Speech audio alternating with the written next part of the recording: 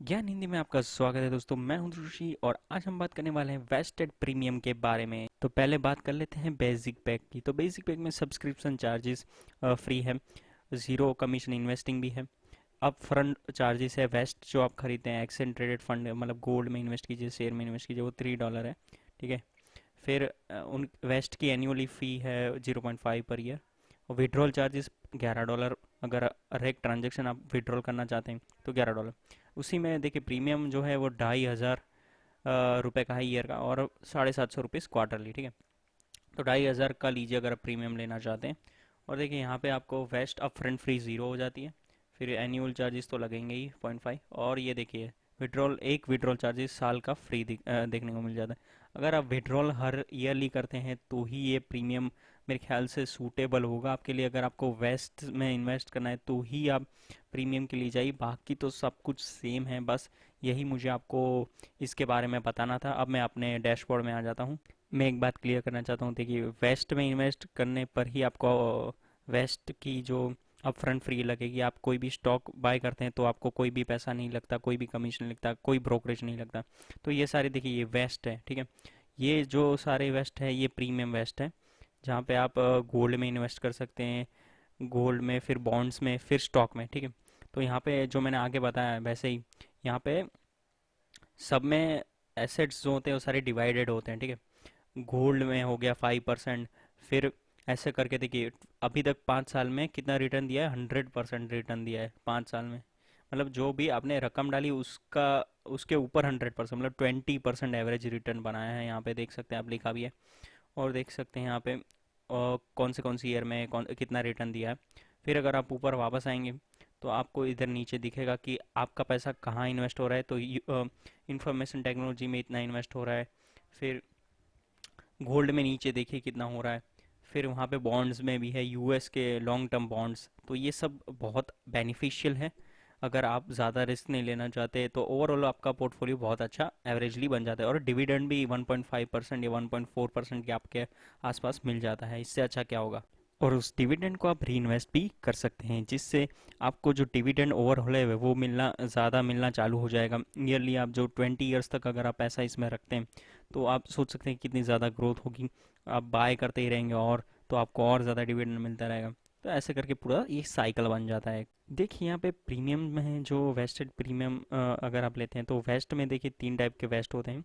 Aggressive, moderate मतलब ज़्यादा risk नहीं, मीडियम रेंज का रिस्क, और एक कॉन्जिक्यूटिव मतलब बहुत कम रिस्क। तो ये कम रिस्क वाला मैं आपको दिखा रहा हूँ। इसमें भी आपको 50 60 70% ओवरऑल रिटर्न मिल जाता है।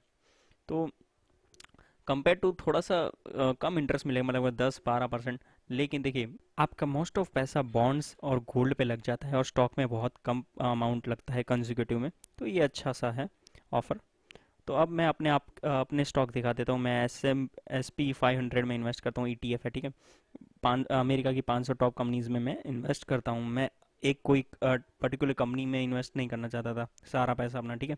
तो मैंने ये ETF सिलेक्ट कर लिया। तो SP 500 में इन्वेस्ट करने का फ़ायदा आप देख सकते हैं कि मेरा पैसा सेक्टरों में डिवाइड हो गया, टेक्नोलॉजी में, फाइनेंस में, फिर हेल्थ केयर में भी, और वगैरह वगैरह और बहुत सारी चीज़ों में। ठीक।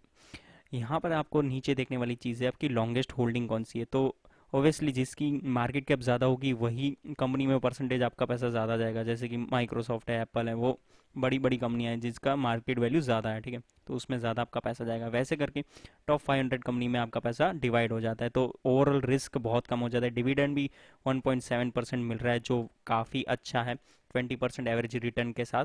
तो ओवरऑल 22% एवरेज रिटर्न के साथ मिल जाता है। लेकिन मैं 1.7% जो भी डिविडेंड मिलता है मैं उसको री इन्वेस्ट कर देता हूँ। और एक चीज़ याद रखिएगा, डिविडेंड पे भी 25% टैक्स लगता है, जो यूएस गवर्नमेंट आपका काट लेती है। अगर आपको क्लेम करना है तो आप अपने इनकम टैक्स में क्लेम कर सकते हैं। लेकिन मैंने अभी तक क्लेम नहीं किया क्योंकि मेरे सिर्फ 0.60 सेंट्स आया था कुछ 2019 और 20 के बीच का। 60 सेंट्स के लिए मैं क्या क्लेम करूं, उससे अच्छा मैंने उसे जाने दिया, फॉर्म भी नहीं भरा। लेकिन अगर मेरा डिविडेंड कुछ $10 15 होता है तो मैं जाके क्लेम करूंगा, क्योंकि 1000 2000 रुपये हो तभी क्लेम करना चाहिए, 500 रुपये मिनिमम। वरना 30 रुपए के लिए मैं फॉर्म क्यों ही भरूँ। सही बात है ना। तो नियो भी एक अच्छी कंपनी है, ईवी कार्स बनाती है। ठीक है, इलेक्ट्रिक कार्स। तो यहाँ पर मैंने भी इन्वेस्ट किए $100, मैं उससे ज़्यादा पैसा डालना नहीं चाहता। मोस्ट ऑफ पैसा मैं S&P 500 में ही डालना चाहता हूँ, ना कि मैं कोई इंडिविजुअल कंपनी में अपना पैसा डालना चाहता हूँ। इसकी वैल्यूएशन भी बढ़ेगी, इसका भी मार्केट कैप बढ़ेगा। तो pro share Q Q Q के मतलब TQQ का नाम है इसका शॉर्ट फॉर्म, ठीक है। इसके शेयर मैं आपको रिकमेंडेड नहीं करूँगा क्योंकि ये वॉलेटाइल होते हैं बहुत ज़्यादा, 3 to 4%।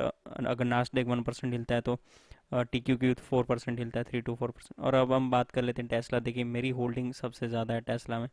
टेस्ला का PE रेशियो बहुत ज़्यादा है, लेकिन अभी अर्निंग्स उनकी अच्छी चल रही है, कंपनी ग्रोथ बहुत अच्छा कर रही है। एनर्जी सेक्टर हो जाए या फिर उनकी कार मैन्युफैक्चरिंग है, सब जगह उनका मैक्सिमम आउटपुट चल रहा है। नई की नई उनकी गीगा फैक्ट्रीज खुल रही हैं कार मैन्युफैक्चरिंग के लिए। और ये अपना एक्सपांसन भी कर रहे हैं यूरोप में, अपना बिजनेस सोलर पैनल्स का, ठीक है। तो अभी मेरी जो पोजीशन है वो थोड़ी रेड में है, मतलब कि 5 to 6 7% डाउन है अभी मेरी पोजीशन।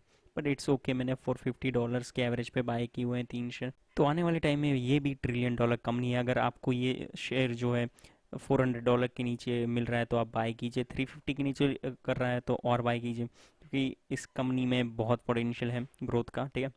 आने वाले टाइम में ऑलरेडी ये बहुत ज़्यादा ग्रो कर चुकी है। 800 PE रेशियो बहुत ज़्यादा होता है दोस्तों सही में, लेकिन तभी भी ये कंपनी बहुत अच्छा परफॉर्म कर रही है। बाकी लगातार 5 क्वार्टर्स में इसकी अर्निंग्स पॉजिटिव रही है, पैंडमिक में भी। तो आप सोच सकते हैं कितनी अच्छी कंपनी है। तो होप आप लोगों को वीडियो पसंद आएगी। मैं आपको मिलूंगा मेरी अगली वीडियो में।